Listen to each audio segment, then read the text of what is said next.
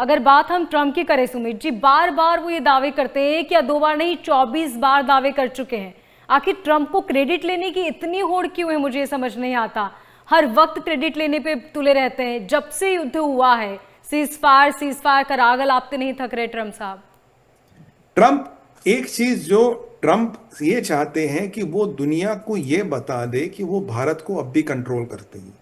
भारत की foreign policy को, भारत की इकोनॉमिक पॉलिसी को, भारत की इकोनॉमिक सॉवरेंटी को और भारत की जो युद्ध नीति है ये अमेरिका के पेंटागन में लिखी जाती है, जबकि वास्तविकता नहीं है। उनको तकलीफ है भारत की इजराइल से दोस्ती सी, उनसे उनको तकलीफ है भारत की रशिया के साथ दोस्ती की। उनको यही भी तकलीफ है भारत की इस्लामिक वर्ल्ड से भी ठीक ठाक बनती है, ऐसी नहीं बनती। उनको तकलीफ है भारत एक ऐसा देश है जिसने चाइना और पाकिस्तान को एक साथ ठोका। भारत के ऑपरेशन सिंदूर की आप देखिए, एक वास्तविकता है जो हमारे दर्शकों को समझनी पड़ेगी। यहां हम युद्ध पाकिस्तान से नहीं लड़ रहे थे। ये Pakistan nuclear powered, China nuclear powered, आपका तजाकिस्तान और तुर्किया और एक और कंट्री थी जिसके बारे में हम नहीं बोल रहे, मैंने उसका विश्लेषण किया था, या तो ईरान था या कतर था।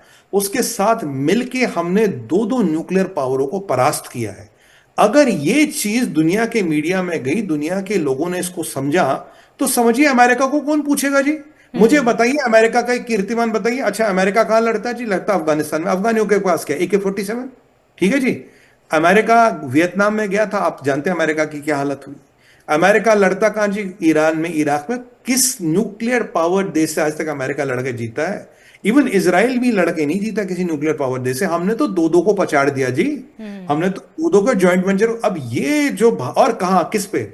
आत्मनिर्भर भारत पे, मेड इन इंडिया, अस्त्रों शस्त्रों पे और भारतीय सेना के दमखम पे। ये चीज इनको हजम नहीं होती। भारत का डिफेंस बजट कितना?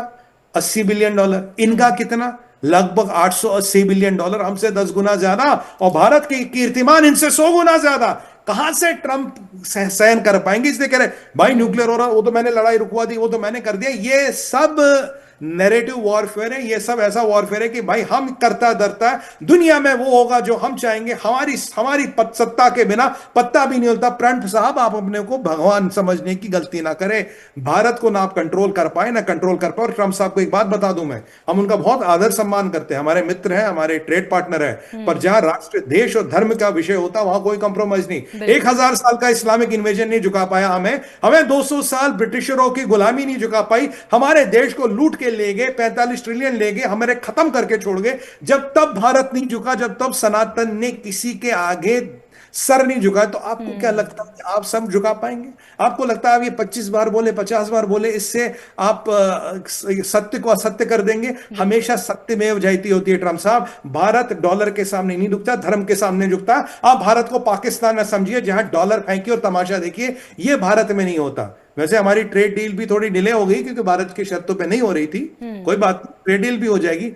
देखिए, हम व्यापार करते हैं, आपका सम्मान करते हैं, आदर करते हैं, पर व्यापार और व्यवहार बराबर वालों में होता है। अगर आपको लगता है कि आप व्हाइट हाउस से उठ के चिल्लाएंगे और यहां पार्लियामेंट हाउस में हड़कंप आ जाएगा या लोक कल्याण मार्ग में सत्ता के गलियारे हिलेंगे, श्रीमान ट्रंप जी, ऐसा नहीं होने वाला। ना कभी हुआ है, ना कभी होगा। याद रखिए, यह मनमोहन सिंह जी की सरकार नहीं जो कोएलिशन धर्मा कहती थी।